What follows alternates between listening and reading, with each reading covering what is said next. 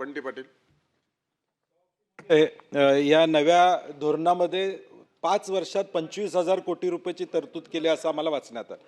25,000 कोटी रुपये जर आम्ही शेतकऱ्यांच्यासाठी या पीक विम्यासाठी विमा कंपन्यांना देणार असेल, आज कृषी दिन आहे सुदैवानं, आणि हे जर आम्ही 25,000 कोटी देणार असेल तर विमा मिळवण्यामध्ये काही टाईम लिमिट आपण घातलाय का, किंवा त्याचा विम्याचा परतावा किमान 25 दिवसात 50 दिवसात त्या विमा कंपनीने द्यावा. मी जी आर वाचलेलं नाही म्हणून मी 10 जी आर निघालाय का आपला, तर जी आर निघाला नसेल तर मी वाचलेलं नाही, पण जी आर निघाला नसेल तर त्यामध्ये अशा पद्धतीची तरतूद आहे का की 50 दिवसात 100 दिवसात त्याचा मोबदला या ठिकाणी शेतकऱ्याला मिळावा. दुसरं आपलं एक मधी स्टेटमेंट होतं की 1 रुपये विम्या एक रुपयाच्या विम्यामध्ये प्रचंड भ्रष्टाचार झाला.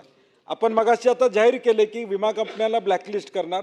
ते स्पेसिफिक माझा प्रश्न आहे, किती दिवसात तुम्ही ब्लॅकलिस्ट करणार, आणि 1 रुपये विमा योजना जी होती त्यामध्ये भ्रष्टाचार झाला जर कृषी मंत्री म्हणून आपण जर जाहीर करत असतील तर त्याच्यावर कारवाई होणार का?